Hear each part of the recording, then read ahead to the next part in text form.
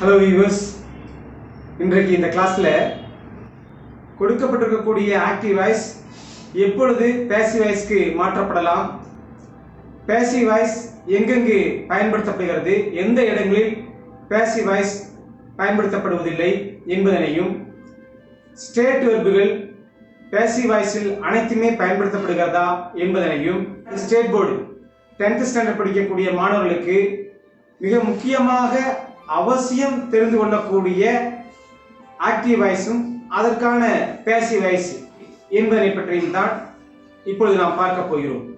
Let's move on to the topic.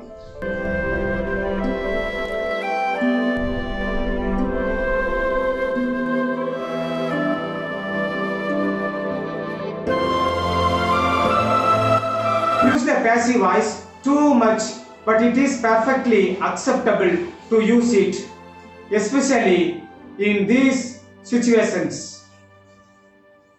எந்தெந்த சிச்சுவேஷன்ஸ்ல passive voice பயன்படுத்தப்படுகிறது என்பதை பற்றி பார்க்கலாம். Use the passive voice when we don't know who did the action. ஒருவர் செய்த செயலை அந்த நபர் யார் என்று தெரியாத பட்சத்தில் நாம் passive voice-ஐ பயன்படுத்தலாம். Let me give an example. A laptop was stolen from the classroom. வகுப்பறையிலிருந்து லேப்டாப் திருடப்பட்டு விட்டது. 3 people have been killed in the park. The police are looking for clue to the identity of the murderer.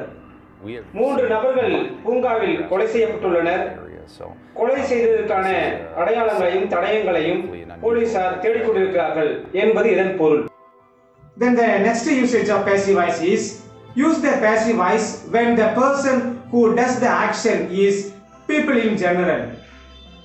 ஒரு செயலை செய்தவர் பொதுவாக மக்கள் அனைவருக்கும் தெரிந்தவராக இருந்தால் அதனை passive voice-இல் நாம் எழுதலாம். For example, Tino is considered the city's best pizzeria. டினோ என்பது ஒரு கடையின் பெயர், பிஸாரியா என்பது பீஸா விற்கக்கூடிய ஒரு கடை. பீஸா விற்கக்கூடிய கடை மிகவும் பிரபலமாக இருக்கிறது என்பதாக குறிப்பிட வேண்டுமானால் அதனை passive voice-இல் நாம் Tino is considered the city's best pizzeria என்று எழுதலாம். Chinese is seen as a very difficult language to learn. சீன மொழி கற்றுக்கொள்வதற்கு கடினமாக இருக்கிறது என்பதாக passive voice-இல் கூறப்படுகிறது. இதேபோல the sun revolved around the earth. ஒரு முறை முன்பு கருதப்பட்டது, நம்பப்பட்டது, சூரியன் பூமியை சுற்றி வருகிறது என்பதாக. but not now. இதனை passive voice-இல் குறிப்பிட வேண்டுமானால் it was once believed that the sun revolved around the earth. Then the third usage of the passive voice is use the passive voice when the person who does the action is obvious or unimportant. ஒரு செயலை செய்பவர் முக்கியத்துவம் இல்லாமலும் அல்லது அனைவருக்கும் தெரியப்பட்டவராகவும் இருந்தால் அதனை passive voice-இல் குறிப்பிடலாம். She is being treated for cancer. அவள் புற்றுநோய்க்காக சிகிச்சை அளிக்கப்பட்டுக் கொண்டிருக்கிறார். சிகிச்சை அளிப்பவர்கள் யாராக இருக்கும்? Obviously the doctors and the nurse. So we need not mention the object in the passive voice or by phrase.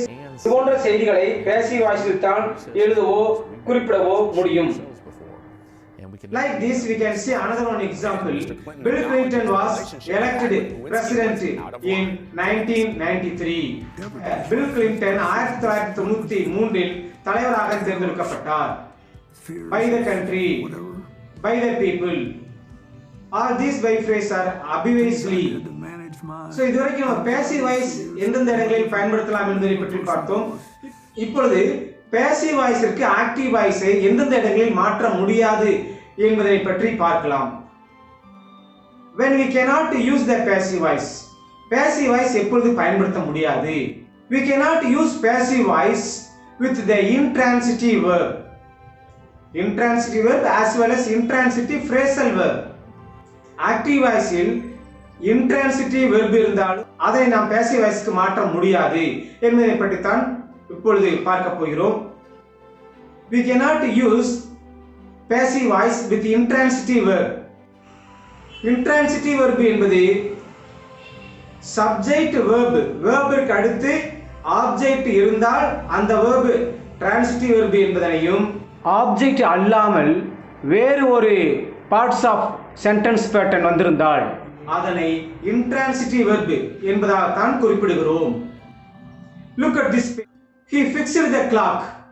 Here he is subject, fixed is verb, the clock is object. So we can change this active voice into the passive voice because after the verb fixed there is a object, the clock. So the passive voice is the clock was fixed. Here see these three sentences. He laughed, avan சிரித்தான். They are coming over, அவர்கள் வந்து கொண்டிருக்கிறார்கள். An accident has happened, ஒரு விபத்து நிகழ்ந்திருக்கிறது. In these three above sentence, laugh, come, happen are intransitive verbs. Here are no objects.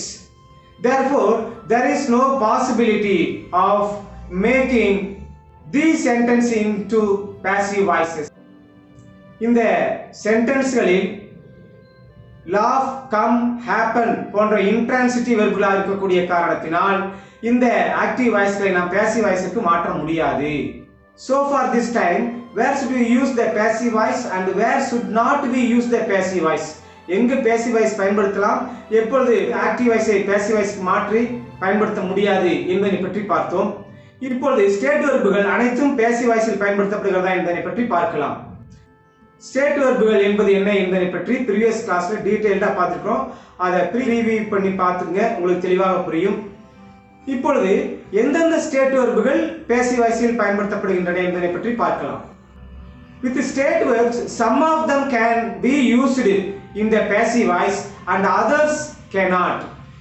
State வெர்புகளில் ஒரு சில வெர்புகள் passive வாய்ஸில் பயன்படுத்தப்படுவதாகவும் ஒரு சில வெர்புகள் பயன்படுத்தப்பட முடியாத நிலையில் ஸ்டேட் வெர்புகள் இருக்கின்றன என்பதை பற்றியும் பார்க்கலாம்.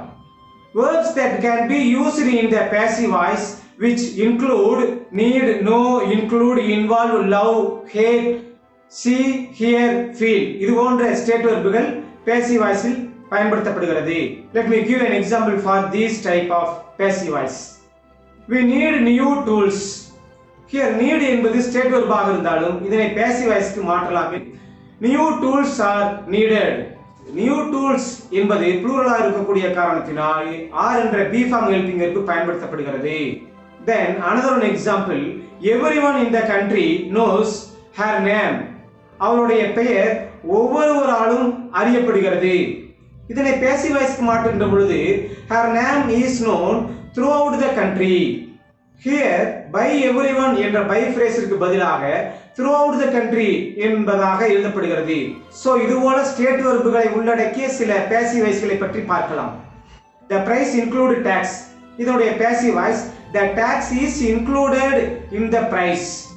The next one is the job involves manual labor. இதனுடைய passive voice, manual labor is involved in this job. The next one example is people love or hate the band's music. இதனுடைய passive voice, the band's music is loved or hated. Then another one example, people often see birds in the forest. இதனுடைய passive voice, birds are often seen in the forest. Active வாய்ஸில் சப்ஜெக்டாக people மக்கள் என்று வந்தால் அதனை passive வாய்ஸில் ஆப்ஜெக்டாக by phrase ஆக எழுத வேண்டிய அவசியம் இல்லை. இதுவரைக்கும் ஸ்டேட் வெர்புடைய யூசேஜ் பார்த்தோம். இப்பொழுது எந்தெந்த ஸ்டேட் வெர்புகள் passive வாய்ஸில் பயன்படுத்தக்கூடாது என்பதை பற்றி பார்க்கலாம். Verbs that cannot be used in the passive voice include have for possession, belong to, lack, resembles, appear, seem, look, be. இந்த மாதிரியான ஸ்டேட் வெர்புகள் இருந்தாலும் அதனை passive voice-க்கு மாற்ற முடியாது. Let me give an example for like this type of passive voice. I have a cat. Have என்பது possession என்ற அர்த்தத்தில் வருகின்ற பொழுது have என்பது ஸ்டேட் வெர்ப் ஆகும். அதனை passive voice-க்கு a cat is had by me என்று passive voice-க்கு மாற்றக்கூடாது. Another example, the team lacked a leader. lacked என்பது state verb. இதனை passive voice-இல் a leader was lacked by the team என்று passive voice-இல் நாம் எழுதக்கூடாது. இதே போலதான் that cloud resembles dragon. resembles என்பது state verb. இதனை passive voice-இல் a dragon is resembled by that cloud என்று passive voice-இல் எழுதக்கூடாது. like this, the task seems difficult என்பதனையும் passive voice-இல் நாம் மாற்றி எழுத முடியாது. why this? because seems is a state verb. state verb-உடைய usage பற்றி பார்த்தோம். இப்பொழுது active voice-இல் transitive verb மட்டுமல்ல, transitive phrasal verb இருந்தாலும் அதனை எப்படி passive voice-க்கு மாற்றலாம் என்பதை பற்றி பார்க்கலாம். you can use the passive voice with transitive phrasal verb like transitive verb. he took the files out of the archives. archives என்பது records, files இவைகளை பாதுகாத்து வைக்கக்கூடிய ஒரு அறை, ஒரு ரூம். இந்த இடத்திலிருந்து ஃபைல் எடுக்கப்பட்டு விட்டது. இதனையும் passive voice-க்கு மாற்றி எழுதலாம். why this? because took out என்பது transitive phrasal verb இருக்கிறது.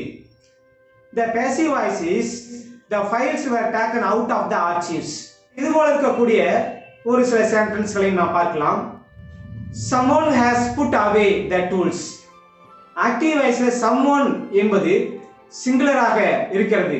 அதற்கு have form helping verb has என்று எழுதுகிறோம். but in passive voice tools என்பது plural-ஆக இருக்கிறது.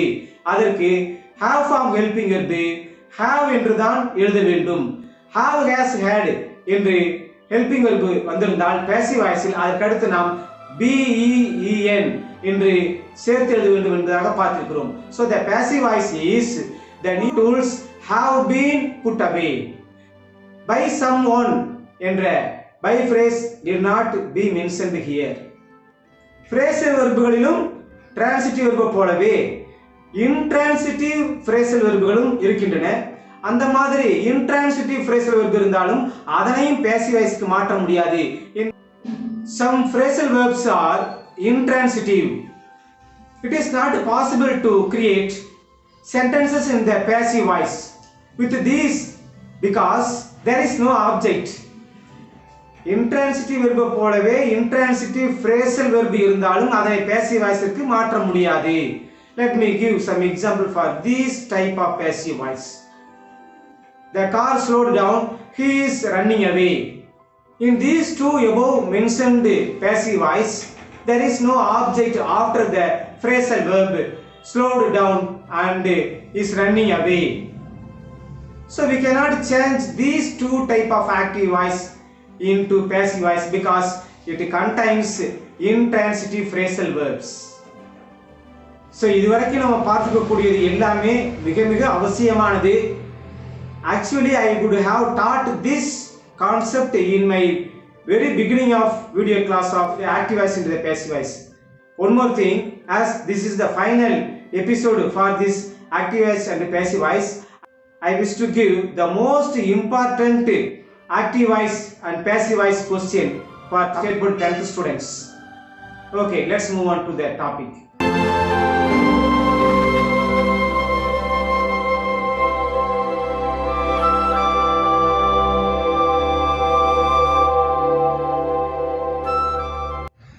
question number 1.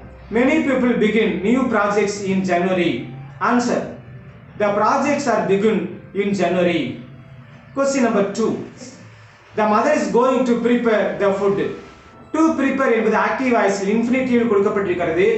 இதனை passive voice to be prepared என்று மாற்றி எழுத வேண்டும். so the answer is the food is going to be prepared by mother. question number 3. they make shoes in that factory. answer: shoes are made in that factory. we will have to examine again. active voice to examine என்பது infinitive-ஆ இருக்கிறது. so இதனை to be examined என்று மாற்றி you will have to be examined again by us என்று எழுத வேண்டும். question number 5. we must look into the question. Active voice will must என்ற modal verb இருக்கிறது. must என்ற modal verb மட்டுமல்ல, modal verb shall, should, will, would, can, would, may, might, must போன்ற modal verbகள் எதுவாக இருந்தாலும் அதற்கு அடுத்து be என்ற be form word எழுதி then look into என்பதை looked into என்ற third form of the phrasal verbக்கு மாற்றி passive voice எழுதலாம். So the passive voice answer is the question must be looked into by us. Active voice இருக்கக்கூடிய subject we என்பது passive voice will by us என்ற object ஆக வருகிறது. Question number 6. Someone reads the newspaper to him every day. The passive answer is the newspaper is read to him every day. Question number 7.